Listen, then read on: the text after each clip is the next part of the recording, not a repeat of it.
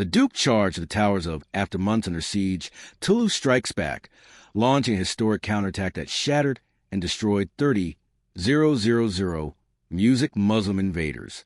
721, a year when the earth felt tight beneath marching feet, when the Muslim armies of Al-Andalus crossed the Pyrenees, carrying the force and confidence of an empire behind them. Their target wasn't a kingdom. It wasn't music, a nation. It was a single city standing alone before the storm to lose. What followed was no ordinary clash. It became a suffocating siege. Days of battering rams crashing against ancient music gates. Nights lit by fire and smoke and walls trembling under the weight of an army-convinced music that no fortress could withstand them. Across the plains below, shields slammed together, ladders' music rose, arrows darkened the sky, and the sound of battle rolled like thunder. And at the center of it all stood a city that refused to let an empire decide its fate. In the early 700s, Western Europe was split into two very different worlds. Towed south, across the tall Pyrenees Mountains, the same mountains that today divide Spain and France, the Umayyad Empire ruled almost all of the Iberian Peninsula. Cities that had once belonged to the old Visigothic kingdom had fallen one after another until nearly the entire region became known as Al-Andalus, governed from the powerful city of Córdoba. Life under Umayyad rule moved quickly. They expanded their roads, strengthened their armies, and looked north for the next opportunity. And from Córdoba, anyone who studied a map could see the same thing. The land beyond the mountains was rich, open, and politically weak. To the north of the Pyrenees lay Aquitaine, a large independent region in what is now southwestern France. At its center stood Toulouse, a proud and prosperous city ruled by Duke Odo, known later as Odo the Great. Aquitaine was not an empire. It was a collection of lands, villages, and lords who often argued but still shared one belief. They were free people, and they intended to remain that way. For years, a silent pressure existed between these two worlds. The Umayyads were powerful, united, and used to winning. Aquitaine was smaller, independent, and surrounded by larger neighbors like music, the Frankish kingdoms to the north. If the Umayyads ever decided to move to the mountains, Aquitaine would be the first to face them. Everyone in the region understood that, and so did Odo. The cause of the coming war was not dramatic. It was simple, almost predictable. After conquering Iberia, the Umayyad leadership wanted stability, clear borders, and complete control over the major trade routes. The lands north of the mountains, especially Toulouse, stood in the way of that plan. Odo refused to submit. He remembered how the Visigoths fell quickly, brutally, without mercy. He feared the same fate for his people if Aquitaine bowed its head. By the start of 721, tension had grown thick enough to feel in the air. Merchants whispered about scouts crossing the mountains. Travelers reported seeing banners with Arabic script along southern roads. Rumors changed every week, but the direction of the threat never changed. South to north, up the mountains toward Toulouse. In Córdoba, the man preparing this advance was Al-Sam ibn Malik Alani, the governor of Al-Andalus. Al-S was an experienced commander, calm and methodical. Hesiod reports from scouts, maps of Fivry Valley in the Pyrenees, and estimates of Aquitaine's defenses to him. The campaign seemed not just possible, but inevitable. He believed Toulouse could be taken quickly. He believed Aquitaine would fall soon after, and he believed the Umayyad Empire needed this victory to secure its northern frontier. So, Al-Sam gave the order. Across Iberia, soldiers began to gather. Cavalry units arrived from the open plains near Seville. Archers came from the cities in the east. Infantry marched in from every corner of Al-Andalus, men hardened by years of constant warfare.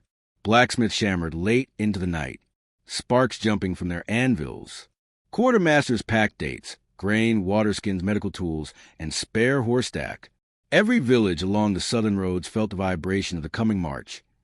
The plan was clear: cross the mountains, strike Toulouse, and break Aquitaine's independence in a single blow. By early spring, the preparations were complete. Tens of thousands of soldiers gathered in long lines along the valley roads leading toward the Pyrenees. Horses stamped the ground.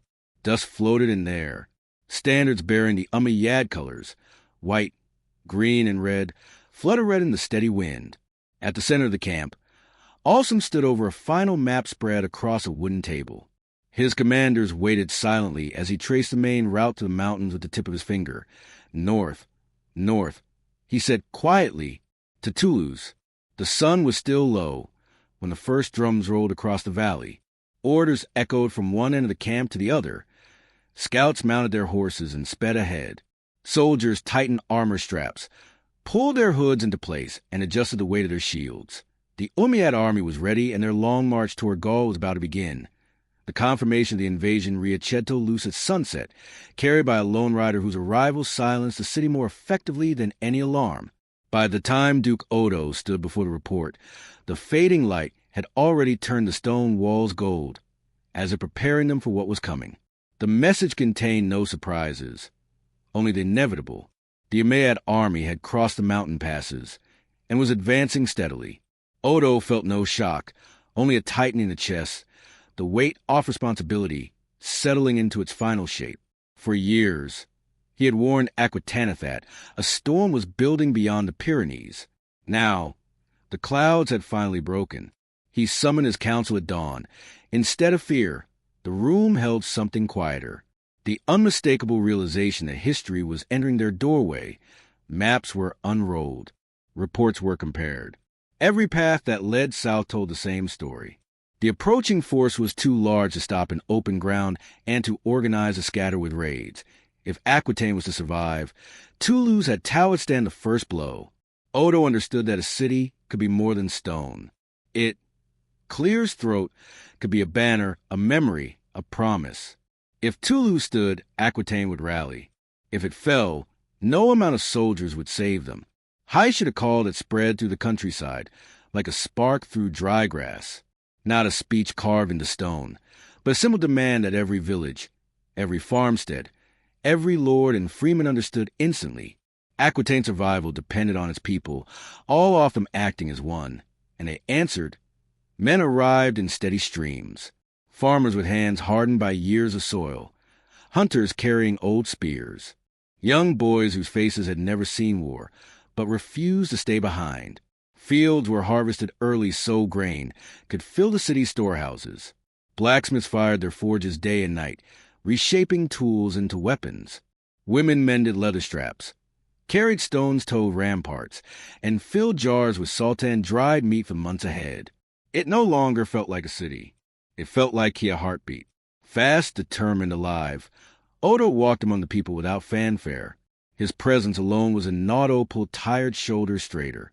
He checked the reinforced gates, inspected the towers of Roman stone that guarded the streets, and watched the soldiers drill in the courtyards until their movements grew sharp and instinctive. There was no time for perfection, only readiness.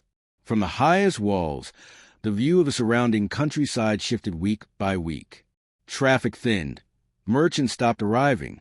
The roads emptied except for occasional scouts racing home with dust clinging to their cloaks. Each report brought the same conclusion. The enemy marched with discipline, pressing forward without delay. Inside Toulouse, the atmosphere changed. Fear still lived there, but something stronger rose beside it. A shared certainty that they were defending not just a city, but everything they were.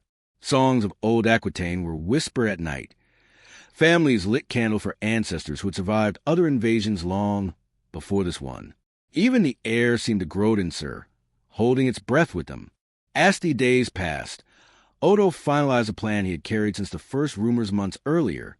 While Toulouse prepared tone to the siege, he would gather a separate mobile force outside the walls, a hidden blade for the moment the Emperor overreached. He knew it was a risk. Heck knew the city would be alone for a time, but he also knew Aquitaine had always won through courage, not numbers. Then one cold morning, everything changed. A murmur moved through the watchtowers, then spread across the walls until even the children carrying baskets felt it. The horizon to the south had darkened, not with clouds, but with movement. Lines of cavalry, columns of infantry stretching farther than the eye could follow, standards rising and falling like waves. The Umayyad army had reached the plains before Toulouse. From the ramparts, the people of the city watched the formation grow, an immense shadow slowly settling across the land. There were no cries, no shouts, only a tight, breathless silence as reality took shape. The storm Odo had warned of was no longer distant. It had arrived, and Toulouse stood waiting for first strike. During the night after the Umayyad army reached the plains, Toulouse did not sleep.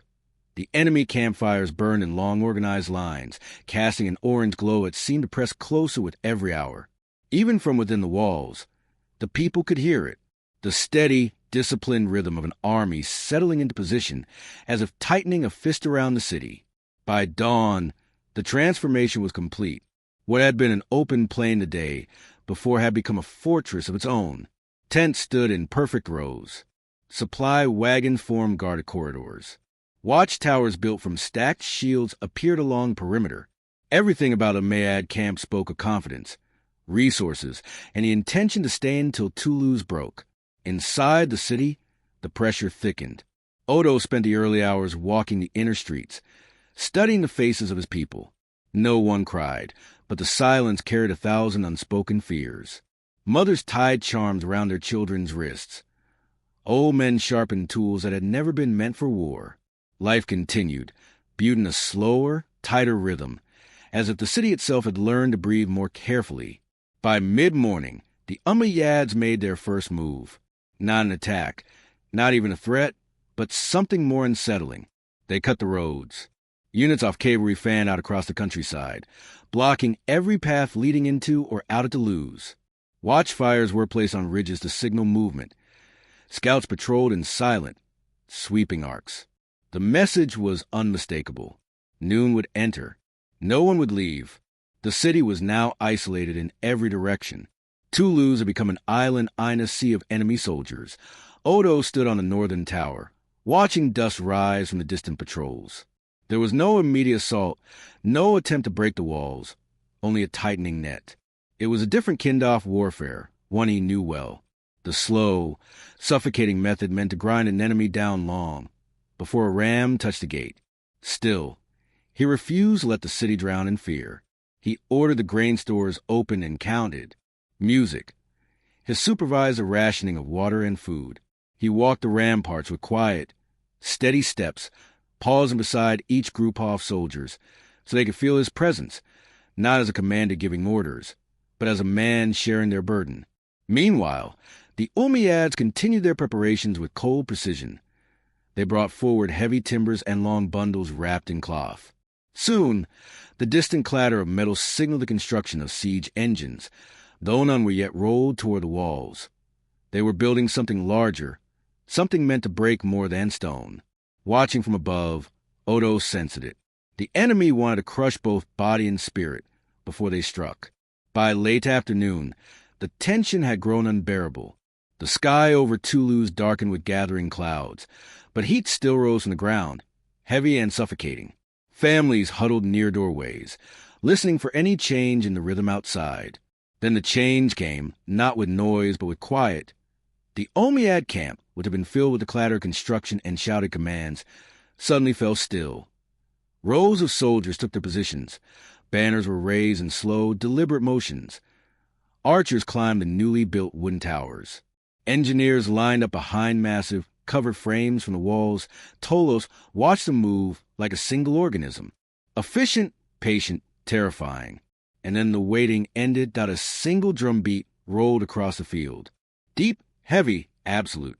The first assault had begun. It started with the archers. A wave of arrows burst upward, darkening the sky.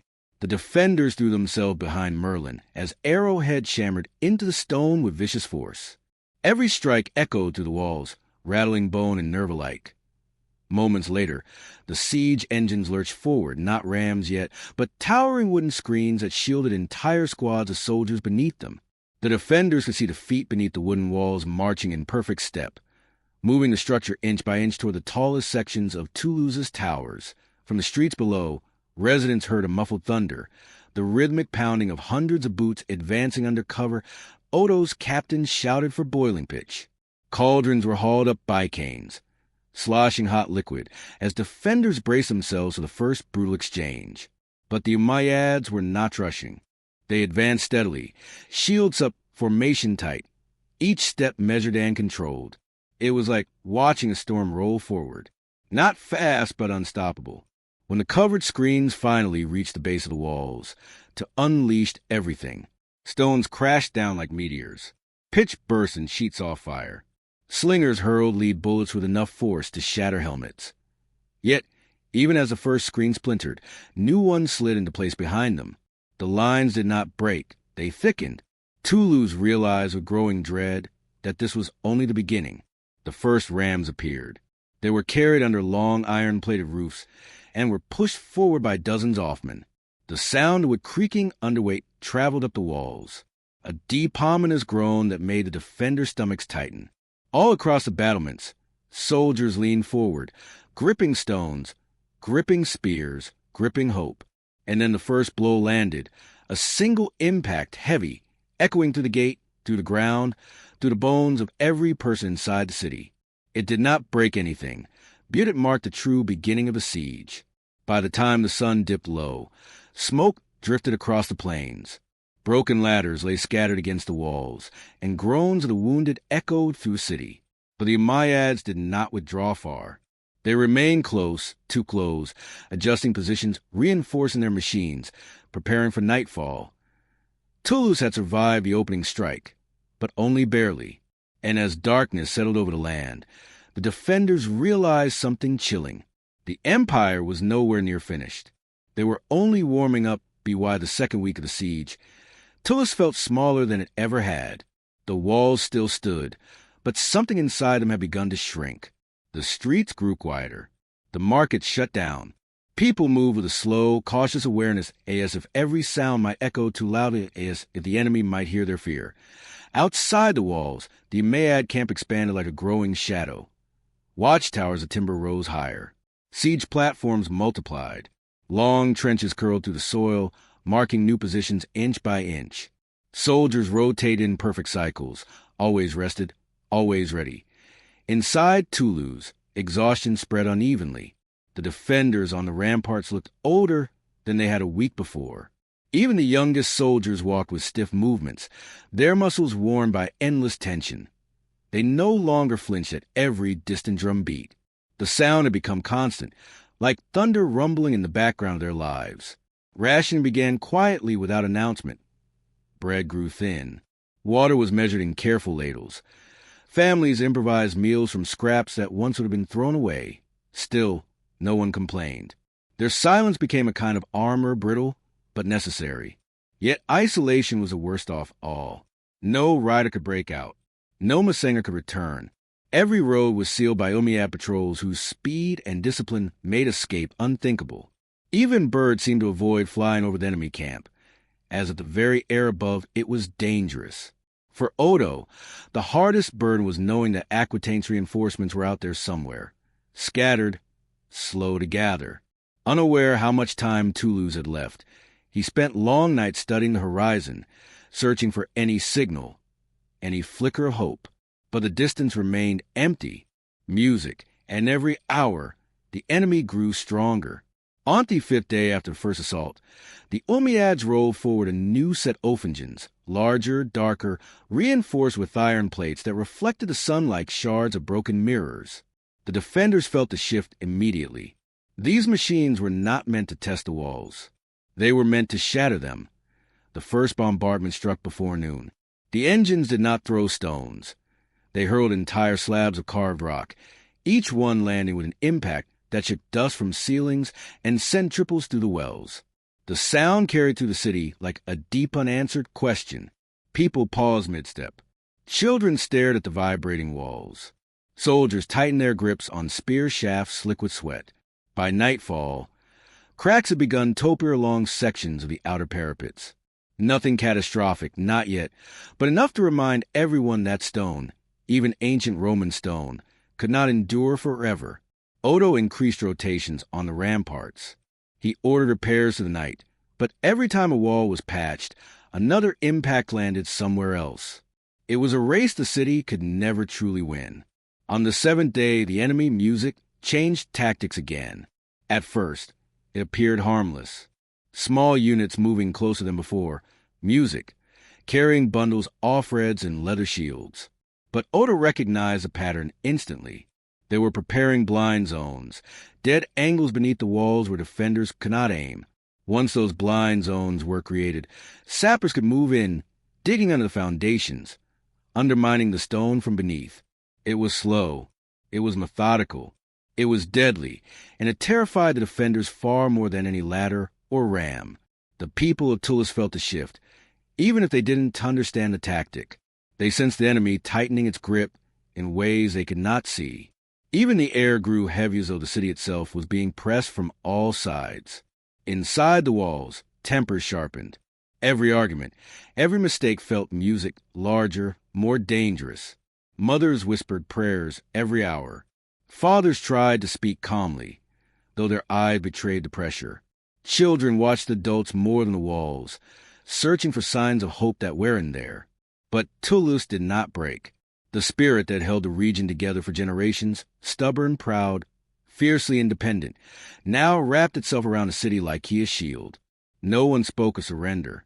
Noon even suggested it. The city would hold or it would fall with its people standing upright. For Odo, that resolve was both a blessing and a burden. Heftled their trust like a weight on his shoulders, a weight he could not afford music to drop. As the sun set on the ninth day, Odo stood alone on the highest tower. Below him, the Umayyad camp glowed like molten iron, alive with movement and purpose. Far beyond it, beyond the hills, lay the source of his music, last hope. The Aquitanian force she had called weeks earlier. They were on their way. He had to believe that he had no choice. But would they come in time? A distant thud interrupted his thoughts. Another strike from the great engines. Dust drifted down the tower stairway. Somewhere below, a child cried until Amethyr held her close. Odo tightened his grip on the parapet. The wall still stood. The city still breathed, but the siege was growing darker, heavier, more suffocating with each passing hour. And Odo knew in the depth of his bones that the next phase of the battle would demand music. Everything Toulouse had left. The noose was tightening, and the true breaking point had not yet arrived on the 10th day. The siege stopped Baynah's slow tightening of a noose. It turned into a blade. Just before sunrise, Toulouse was shaken awake by a sound deeper and heavier than anything the defenders had heard so far. It wasn't the thud of stones. It wasn't drums. It was the roar of mass movement. Thousands of men advancing at once. By the time the lookout sounded the alarm, the Yumet army was already shifting into combat lines. Torchlight flickered across shields as ranks tightened in perfect formation. A long murmur rolled through the city. Fear, awe, disbelief before dissolving into the frantic scramble of soldiers taking their posts. Odo was already on the walls. He didn't shout. He didn't raise his arms dramatically. He simply watched, jaw set, as the plain in front of Tullus transformed into a battlefield of further devastation. The first blow fell in the western wall. A team of sappers, hidden for days near the trenches, ignited a series of charges beneath the foundation. The explosion was small but strategic, just enough to shift an entire section of stone. Dust erupted upward in a violent burst. The wall held, but the message was clear. The enemy could strike anywhere at any hour. The real assault followed instantly. Hundreds of shields rose together, forming a massive shell that advanced like a living creature. Behind that wall-off iron came the rams. 3 of them, each swinging beneath a roof of layered timber and wet hides. Toulouse answered with fire. Burning pitch rained down in sheets, cracking against the shields. Slingers targeted the gaps, their lead bullets punching through exposed wrists and necks. Archers fired so quickly their fingers bled, but the Umayyads kept coming. The first ram struck with a violent jolt that shook dust loose from inner gadiuses. The shock ran through the stone, through the ground, through the defender's legs. A second impact followed, then a third, each blow a reminder that the gate to Luce's heart was mortal. On the eastern wall, another assault erupted. Tall siege ladders slammed against the battlements. Umad infantry surged upward, climbing 3 men at a time. Defenders met them with spears, axes, and stones hurled from desperate hands. The first Soldierdo reached the top was thrown backward instantly. Music, crashing onto the men below. But more came and more. The wall turned into an arrow-frenzied struggle. Blades clashing, shields splintering, men grappling and tumbling over the edge into the chaos below. Odo moved along the ramparts, never staying long in one place. Wherever he passed, defenders redoubled their efforts, as if the sight of him anchored them to the wall. But I saw the truth. Tull was being pressed from every direction. The northern towers were struck next.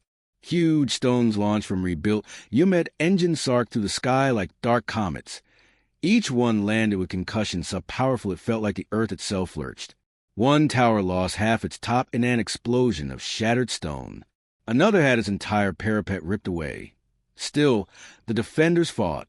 They dragged broken beams across weak points. They braced trembling sections with anything they could find.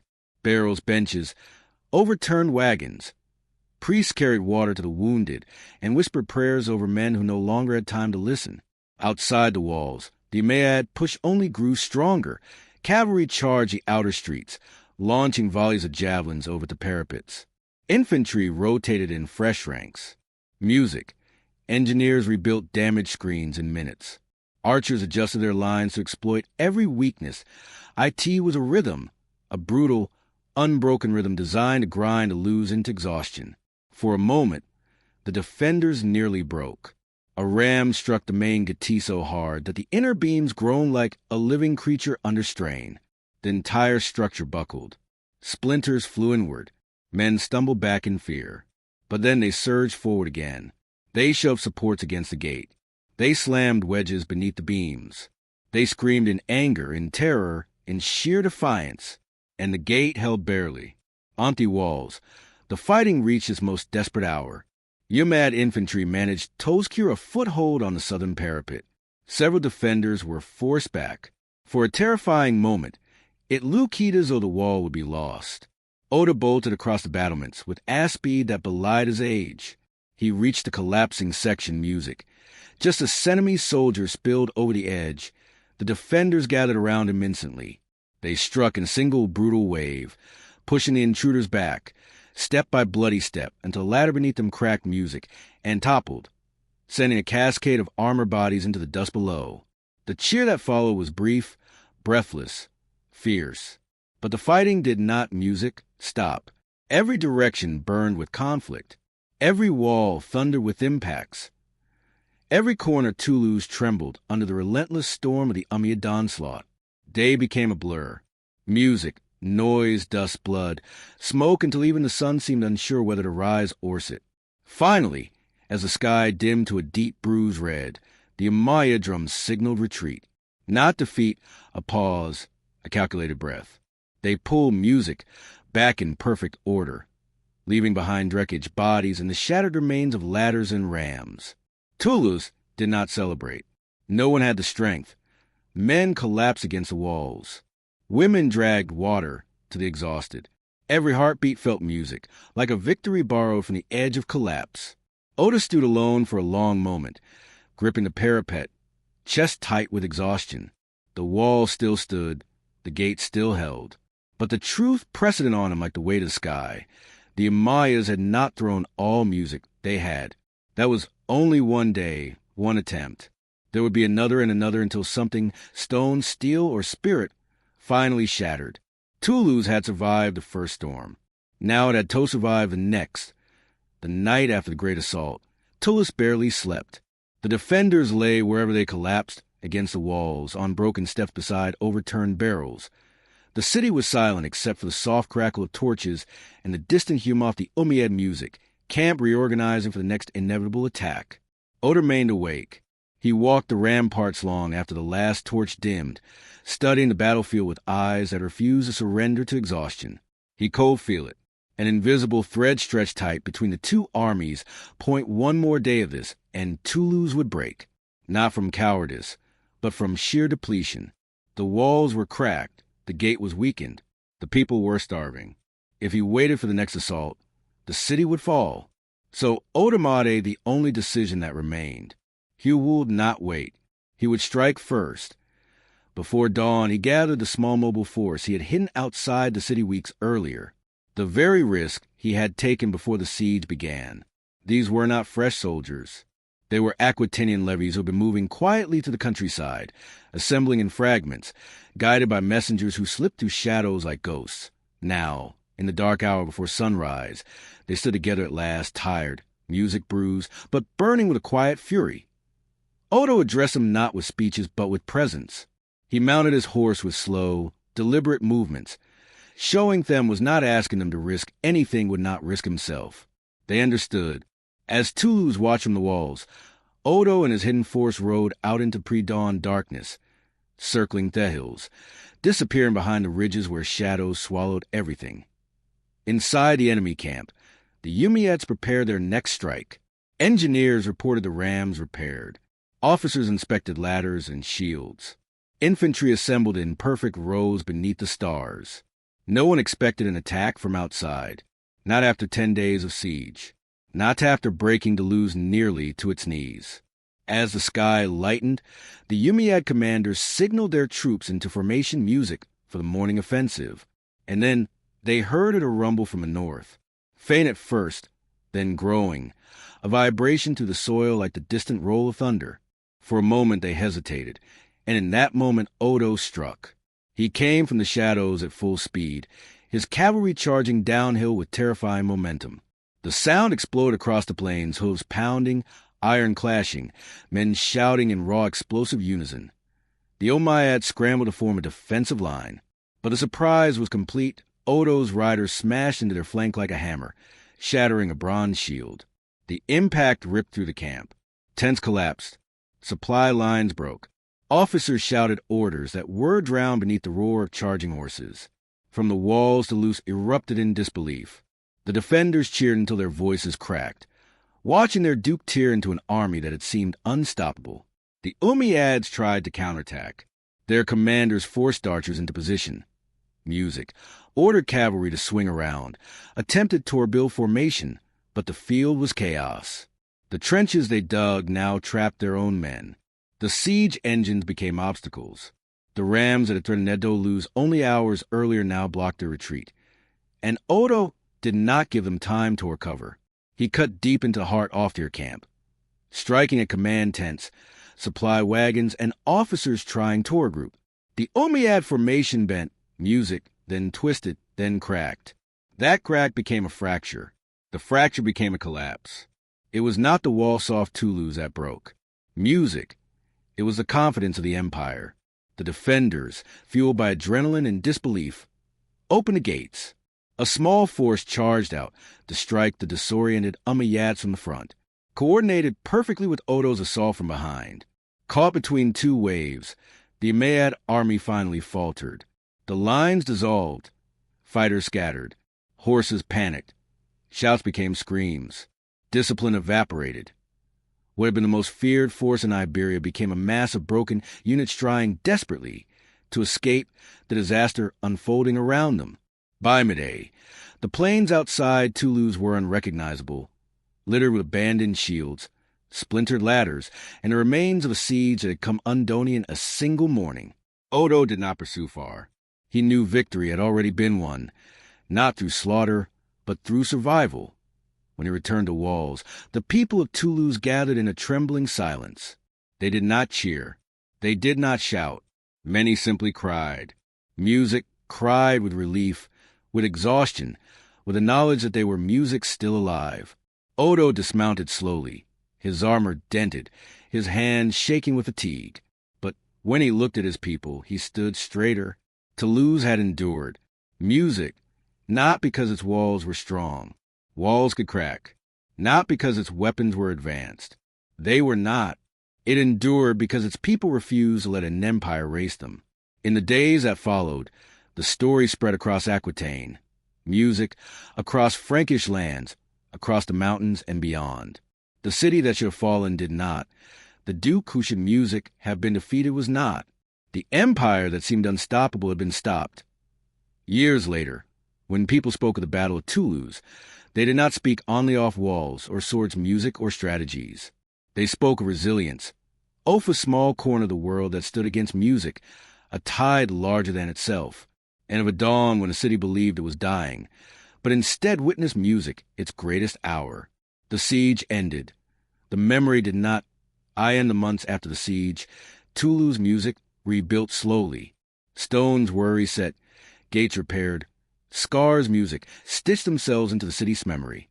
But something far more important endured than walls or weapons.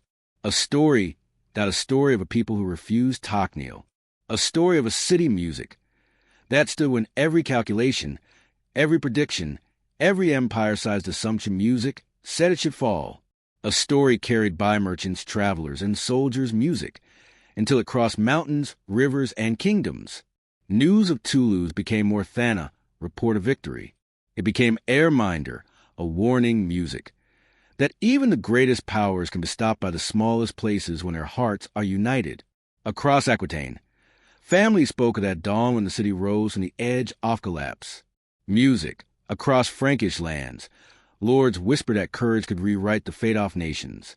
Across Alandaloo, commanders studied music, the defeat with unease, knowing it had shaken something deeper than strategy. And in Toulouse itself, the legacy lived in quieter ways. In the way music, children traced cracks in the old walls, knowing they were marks of courage, not weakness. In the way elders told the story around hearths, their voices soft but proud. In the way the city looked at its duke, not as a hero carved from legend, but as a man who had stood with them, bled with them, and believed in them when music, hope was a fragile thread. The Battle of Toulouse did not carve Aquitaine into an empire. It did not end music wars. It did not change the world overnight, but it did something rarer. It proved that identity, the shared belief in who a people are, can outlast armies, empires, music, and centuries. And long after the dust of the battlefield faded, long after the soldiers returned music to their fields, one truth remained. Tolo survived not because of stone, steel, or chance. Music. It survived because its people chose to stand together. That was its legacy, and that was its triumph.